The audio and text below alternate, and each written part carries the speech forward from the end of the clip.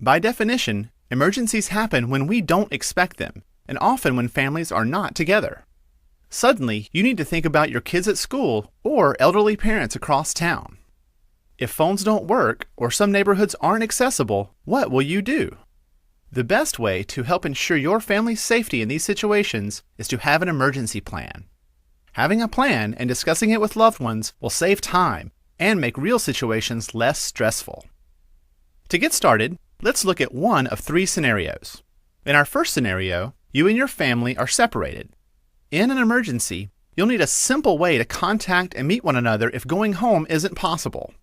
Decide in advance on a safe place to meet, like a community center, library, or school. The phone can help too. Long-distance calls may work better than local ones, so select a couple of out-of-town contacts who can help your family communicate and find each other. Let them know about your plan and how they can help.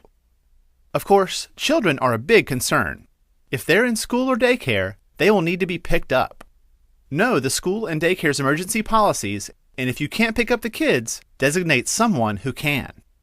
And talk to your kids about your family emergency plan.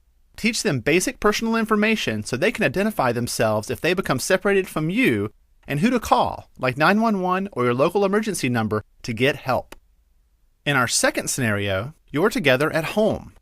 In this case, listen to the radio or television for information from local authorities and follow their instructions. They may advise to turn utilities off or on, so it's important to know the location of your home's water valve, electrical panel, gas valve, and floor drain.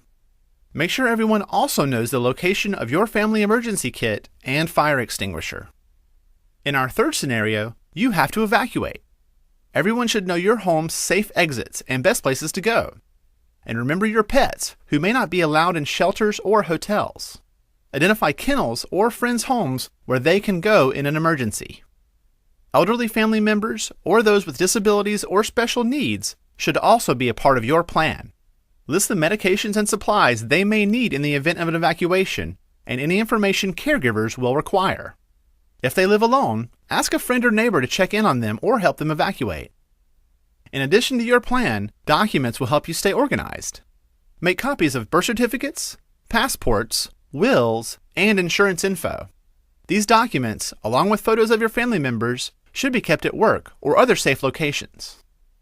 Having a plan is also part of being a responsible community member. Local authorities will react swiftly, but they can't reach everyone at once. Being prepared allows these responders to help those in urgent need first. So, do your part. Learn about the emergencies that can happen where you live and plan for situations that are more likely to occur. Take 20 minutes today and create your family emergency plan.